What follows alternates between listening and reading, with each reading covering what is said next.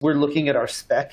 We're looking at what, if anything, can we do? Can we do anything in-house, which is very hard, when we're really talking about operational complexity and what can we do, what can we push into the restaurant itself.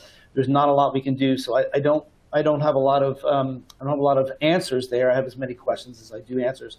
But I'll tell you, one of the things we're really looking at, and I think it comes down to ask the right questions. I mean, we're in a position where some of our ingredients are proprietary ingredients. So, we're doing deeper dives into those ingredients, and are there ingredients in the spec that we can change, that we can put something else in, that we can substitute in.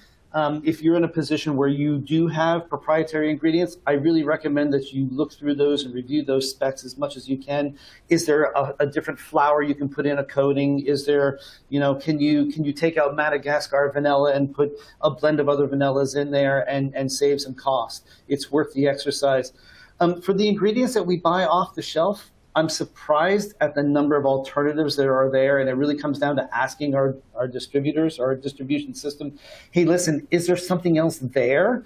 Is there a slightly different spec, maybe on a cheese shred, or is there a slightly different spec on another ingredient that I can substitute in that would be seamless to my consumer, which I think is definitely worth the ask. And then I guess the last thing I would say really is don't be afraid to test SKU removal. I mean, we're having those conversations around, are these sacred cows, to use a terrible pun, but are these sacred cows in the mind of our guest and our consumer, or are they sacred cows only in our own mind from an ingredient or a preparation standpoint?